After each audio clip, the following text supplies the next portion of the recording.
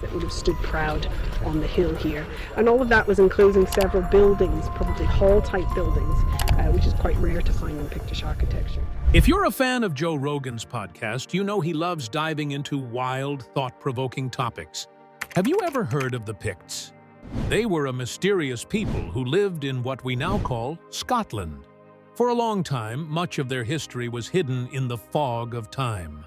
Archaeologists have started uncovering new clues, especially something big: the discovery of what might have been the Picts' capital city. This find is changing how we see their whole culture. The details of what researchers have found are surprising, even mind-blowing. The Picts are stepping out of the shadows of history, and what we're learning might just rewrite part of Scotland's ancient story. Truth about the Pictish capital.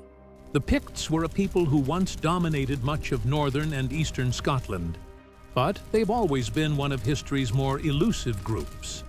They left behind little in the way of written records.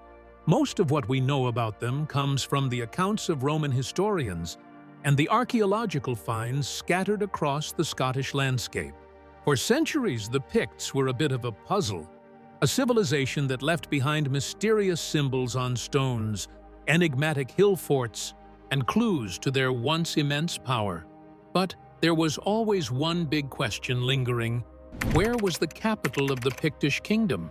Was it just another lost city of the ancient world? Well, that question has now been answered in a way that no one saw coming.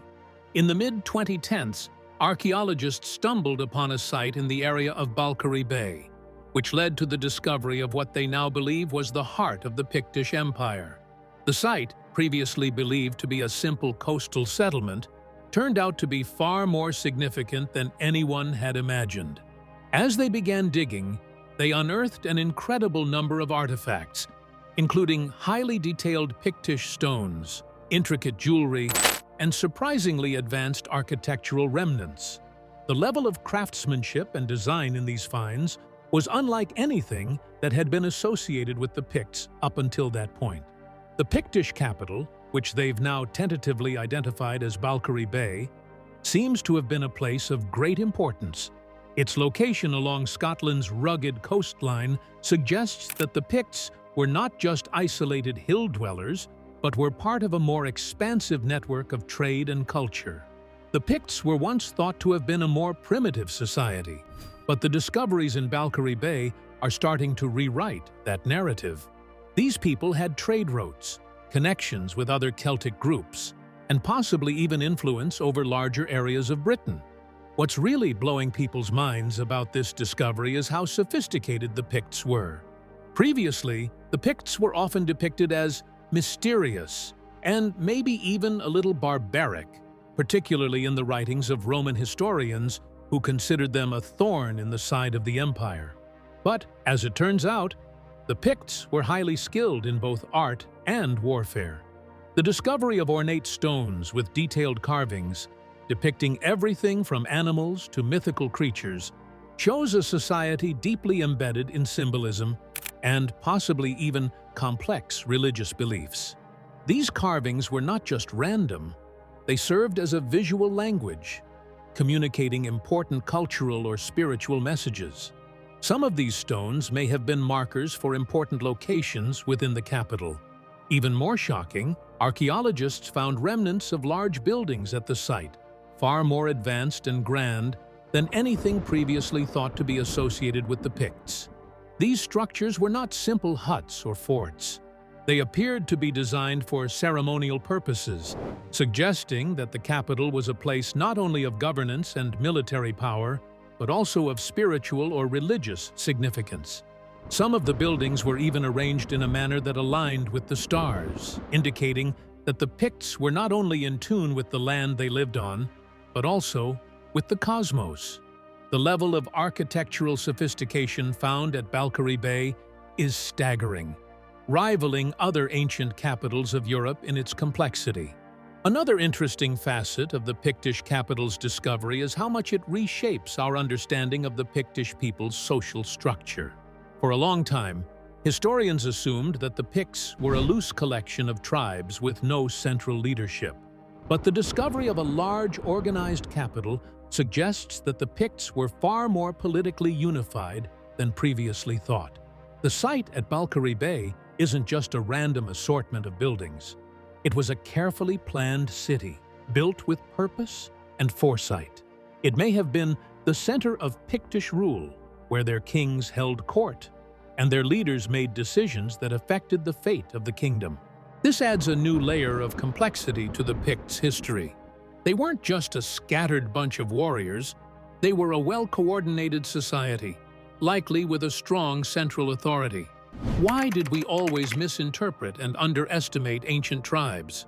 Even more exciting is the possibility that this discovery could lead to further revelations about the Picts' interactions with other civilizations. While it's well known that the Romans clashed with the Picts, what's often overlooked is that the Picts didn't live in isolation.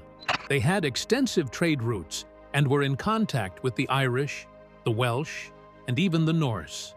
This could mean that the Picts were involved in a larger network of political and cultural exchange that influenced the course of history across the British Isles. The newly discovered capital at Valkyrie Bay may have been a key node in these networks, a hub where ideas, goods, and people flowed freely in and out. One of the most fascinating aspects of this discovery is how it challenges the long-held belief that the Picts were simply erased by the invading Scots, who eventually took over the region.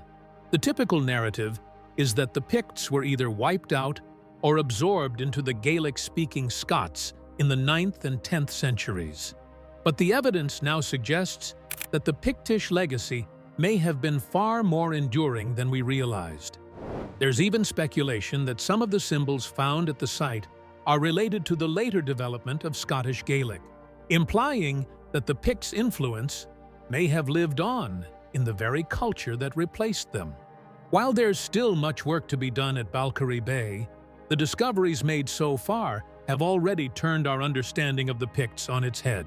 It's not just about unearthed stones and ruins, it's about rediscovering an entire civilization that had been lost to time. The Picts were not just some footnote in history.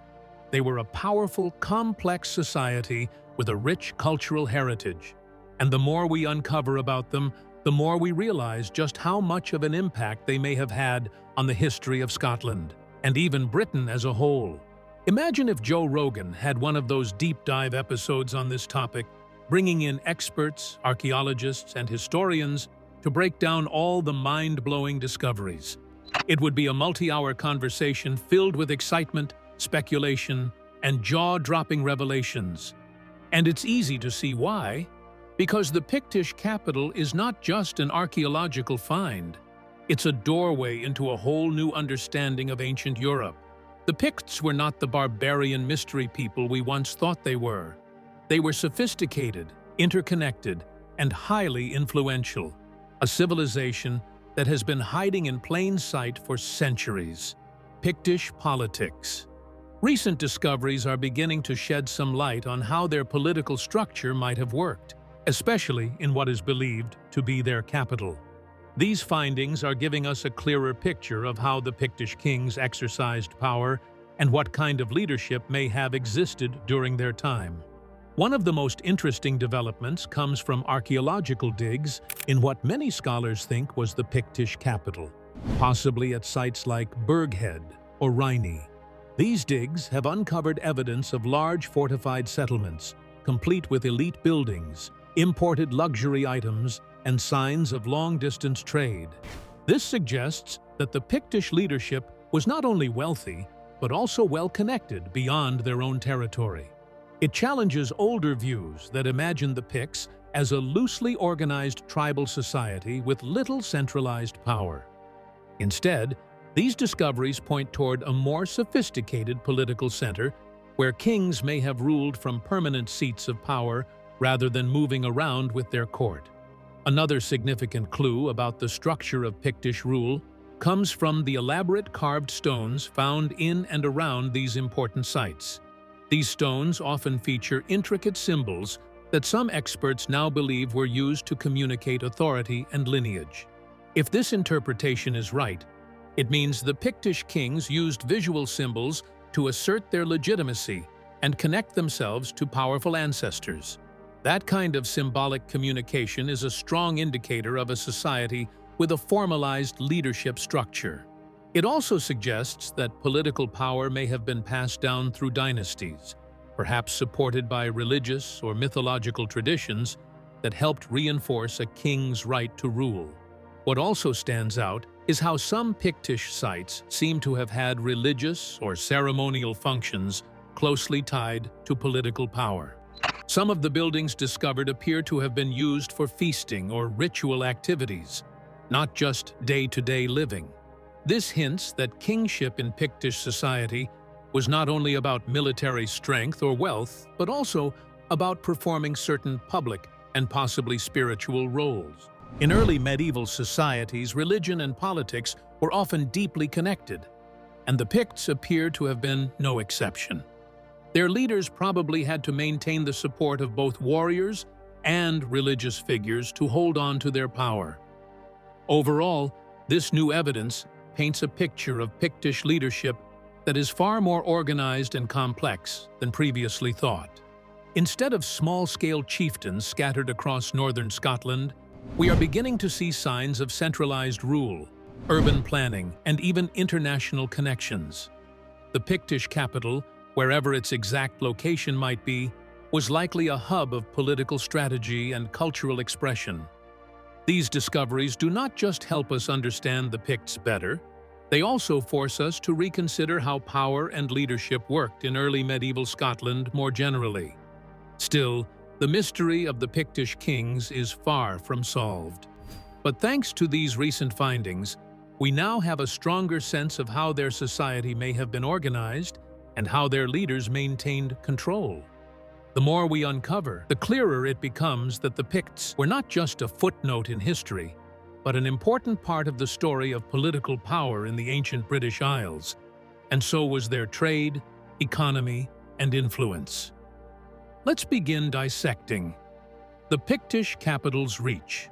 Over time, the fog has lifted a bit, and we're starting to piece together more about how they lived, especially when it comes to trade economy and outside influences. One of the most fascinating aspects is how their capital, or at least their main center of power, played a part in shaping their economy and extending their reach beyond what people might expect from an early medieval society. The Pictish economy was more than just subsistence farming and raiding, as it is sometimes portrayed. There's solid evidence now that they had a structured and surprisingly wide-reaching economic system.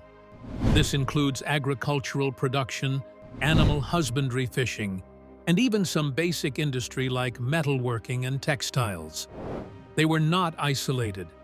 Far from it. The Picts had access to valuable natural resources, especially in the northeast of Scotland, where some of their main centers were based.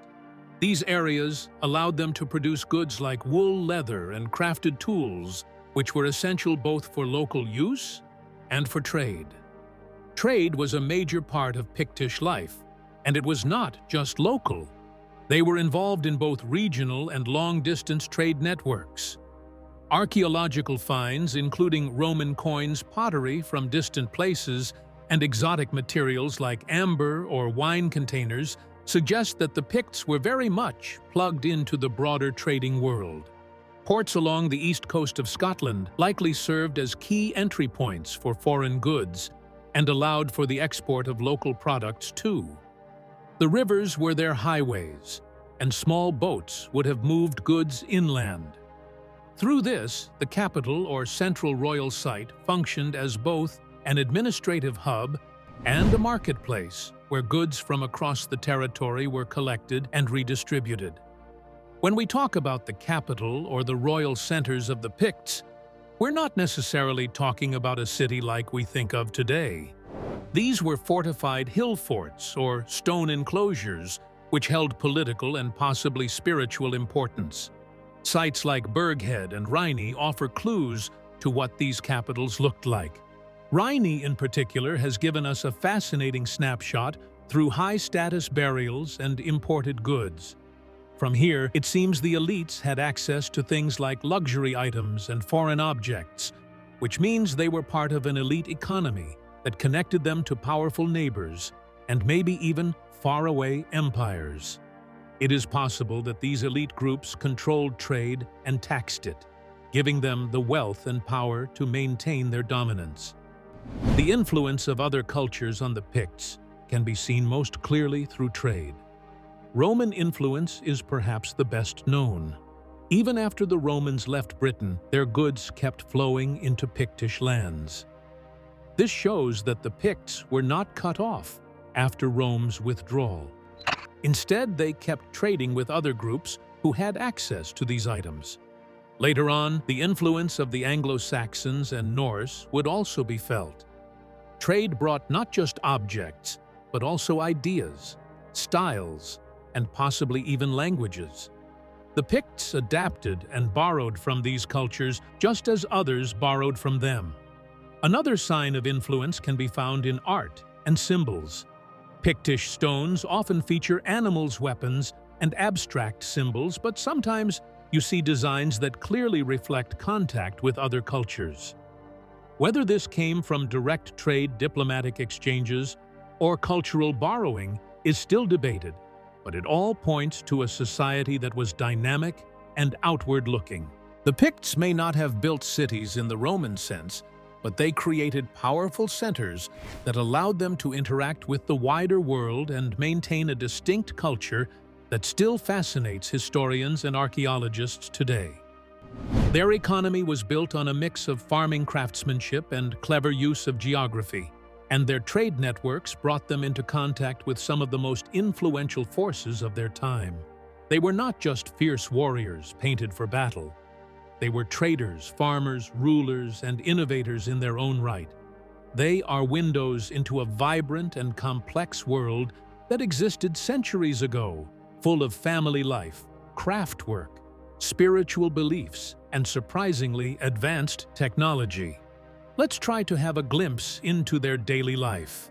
Pictish artifacts and their stories. Again, thanks to recent archaeological discoveries in what is believed to be the Pictish capital, we are starting to get a much clearer picture of who these people really were and how they lived their daily lives. The artifacts that have been uncovered are not just dusty museum pieces. One of the most striking things about the Pictish artifacts is how much they reveal about daily domestic life. For instance, simple tools made from bone and iron suggest a society that was highly skilled in farming and food preparation. Handmade pottery and cooking vessels show that meals were prepared with care, often communally, and were probably central to family and social life.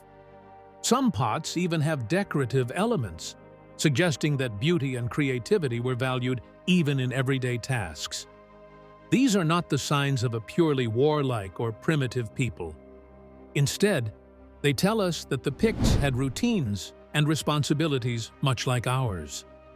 Jewelry found in the area also speaks volumes. From intricately carved brooches to silver chains and decorated pins, these items show not only a keen sense of artistry, but also a layered social structure. The materials and craftsmanship suggest that certain pieces were reserved for individuals of higher status, maybe even royalty. But simpler versions of these ornaments were found in more common dwellings as well, hinting at a shared cultural pride. People clearly took joy in their appearance and identity, and they used these accessories to express both. Religion and spirituality were clearly central to Pictish life. Carved stones found throughout the capital often display symbols whose meanings we still struggle to fully decode. Some seem to be tied to natural elements like the sun, the moon, and animals such as salmon and eagles. Others might represent family lineages, clans, or spiritual beliefs. What's interesting is that many of these stones were found near homes or gathering places, suggesting that religion was not confined to temples but woven into everyday life. It seems the Picts found sacred meaning in the world around them and made sure to reflect that in their art.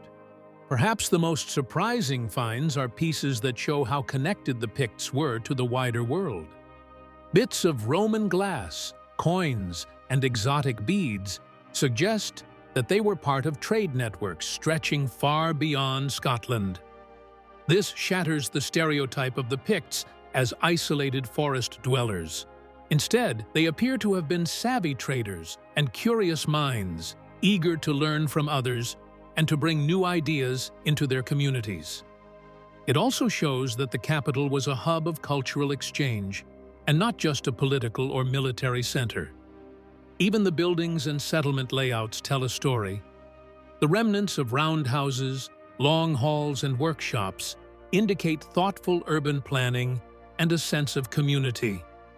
The presence of tools for metalworking and textile production shows that these were not just places to live, but places to create.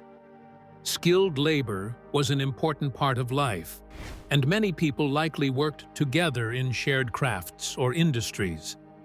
This cooperative spirit, combined with the evidence of shared feasting and ritual, points to a society that valued community and interdependence. Altogether, the artifacts discovered in the Pictish capital are more than just historical curiosities. They are echoes of laughter around a hearth, the quiet concentration of a jeweler at work, the solemnity of a sacred ceremony, and the lively chatter of a marketplace full of goods from far-off lands. They tell us that the Picts were not just warriors or symbols in ancient stone. They were families, artists, thinkers, and builders who left behind pieces of themselves in clay, stone, metal, and bone. And as we continue to uncover and study these fragments of their world, we get closer to understanding the everyday joys and struggles that shaped their lives so many centuries ago. The fall of the Pictish capital. What happened?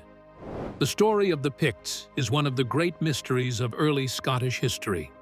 For centuries, they were a powerful people, living in what is now northern and eastern Scotland. Their name appears in Roman accounts, and they were known for resisting invaders and building impressive fortifications. At the heart of their kingdom was a capital known as Fortevio, located in modern-day Perthshire. This capital was likely a political and religious center during the height of the Pictish kingdom. But by the 9th century, this once powerful civilization began to fade. What caused the fall of the Pictish capital and ultimately the disappearance of the Picts themselves has puzzled historians and archaeologists alike. One of the main theories about the fall of the Pictish capital centers on the idea of Viking invasions. From the late 8th century onwards, Norse raiders from Scandinavia began attacking parts of the British Isles, including the coasts of Scotland. These raids were not just random bursts of violence. Over time, they became more organized and increasingly destructive. It is believed that repeated attacks from Viking forces could have seriously weakened the Picts both economically and militarily. If the capital at Fortevio was targeted, or if surrounding settlements were damaged, it could have disrupted the administrative core of the kingdom. While there is some evidence of Norse activity in Scotland during this time, there is not yet solid proof that they directly brought about the collapse of the Pictish capital. Still, the Viking threat cannot be ignored when considering the decline of Pictish power. Another theory is based on political unification. During the 9th century, a powerful figure emerged by the name of Kenneth MacAlpin, who is often credited with uniting the Picts and the Scots. According to tradition, Kenneth was originally a king of Dal Riata, a Gaelic kingdom to the west, and he later became king of the Picts as well. Some believe this union was peaceful, while others argue it came through conquest or manipulation. Either way, the result was a new political structure and identity, which historians see as the early formation of the Kingdom of Alba, the foundation of modern Scotland. The shift in power and identity may have led to the decline of traditional Pictish centers like Forteviot as attention and resources moved elsewhere. In this version of events, the fall of the Pictish capital is not so much a violent collapse, but more of a transformation and absorption into a new cultural and political order. There is also an interesting theory that the Pictish capital fell due to internal problems such as dynastic struggles and religious changes. The Picts were once thought to have a matrilineal system of succession, meaning kingship could pass through the female line. If this tradition started to break down, or was challenged, it could have led to instability. In addition, Christianity was spreading rapidly during this period, and older pagan traditions may have been under pressure. Religious tensions or changes in how power was legitimized could have played a role in undermining the authority of the Pictish elite. If the ruling class could not maintain control, or if there were rival factions fighting for power, it might have led to the breakdown of central authority in places like Fortevio. Archaeology provides some clues, but not all the answers. Excavations at Fortevio and other Pictish sites have revealed impressive stonework, carved monuments, and remnants of high-status buildings. The famous Fortevio burial, discovered in the early 2000s, included a well-preserved grave of what appears to be a royal figure, possibly even a king. The grave goods and construction suggest the area was still important in the early medieval period. However, archaeologists have also noticed a drop in monumental building activity and a decline in material culture associated with the Picts by the 10th century. This matches the historical record, which also becomes less clear about Pictish affairs after the union with the Scots. In many ways, the Picts seem to vanish from the story, replaced by a new kingdom and a new identity. It is worth noting that the idea of the Picts disappearing completely is a bit misleading. More likely, their culture and identity were gradually blended into what became medieval Scotland. Their language and traditions may have faded, but elements of their art, religion, and place names still survive. The fall of the Pictish capital, then, is not just about war or invasion. It is about change. It is about the slow reshaping of society through contact with new cultures, new political systems, and evolving beliefs. In the end, the fall of the Pictish capital remains a bit of a mystery, but it is one filled with fascinating possibilities. Whether brought down by Viking swords, political mergers, or internal strife, the decline of Fortevio and the fading of Pictish power marks a major turning point in Scottish history. The silence of the Picts still echoes in the ruins and carved stones they left behind, reminding us that even powerful kingdoms can disappear, not with a bang, but with a slow, quiet transformation. Understanding ancient Scotland. When we think of ancient Scotland, most of us imagine misty landscapes, stone circles, and mysterious people who left behind more questions than answers. But recent discoveries are starting to change that narrative, especially when it comes to the Picts, those shadowy figures in Scottish history who have long been dismissed as primitive, warlike tribes. One of the biggest shifts has come from archaeological digs that show the Picts were far more advanced than we used to believe. Sophisticated structures, like the stone-walled forts and intricately carved stones, point to a complex society with architectural skills and artistic sensibilities. These weren't just warriors with painted faces, they were builders, organizers, and storytellers. Their artwork, especially the symbols carved into stones, wasn't random decoration. It seems to have been part of a symbolic language or system of communication that held social, spiritual, or political meaning. That's a big deal because it suggests a literate, or at least symbolically sophisticated culture that rivaled others in Europe at the time. Another game-changer is the genetic research being done on remains found in former Pictish areas. For years, people assumed the Picts were somehow a separate, mysterious race that disappeared without a trace. But the truth appears to be more nuanced. DNA evidence shows that the Picts were closely related to other Celtic peoples of the British Isles. What makes them unique is not their genetic origin, but their culture and how they maintained their distinct identity in the face of Roman occupation and later Norse invasions. This challenges the old idea of the Picts as an isolated, fading people, and instead presents them as dynamic participants in the broader history of Britain. Even their supposed disappearance is being reevaluated. Rather than vanishing, many historians now believe the Picts gradually merged into what would become the Kingdom of Alba, essentially the foundation of modern Scotland. This integration wasn't a disappearance, but an evolution. The idea that the Pictish legacy lives on in Scottish place, names, language, and even in the cultural memory is a powerful reminder that history isn't just about dates and ruins. It's about continuity and change. These discoveries also shift how we see the early Scottish identity. Instead of being born out of chaos or invasion, the roots of Scotland might lie in a much older, indigenous culture that adapted, resisted, and ultimately helped shape what the nation would become.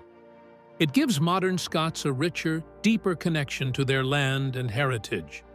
And for those of us fascinated by history, it opens up new paths of curiosity. Who else have we misunderstood? What other mysteries are just waiting for the right tool, the right dig, or the right perspective? The evolving story of the Picts is a reminder of how much we still have to learn and unlearn about the past. It's exciting to think that somewhere, under the mossy hills or behind a weathered stone, another clue could be waiting to flip our understanding once again. And that's what makes history so alive. It's never really finished. Subscribe to the channel for more. Catch you in the next video.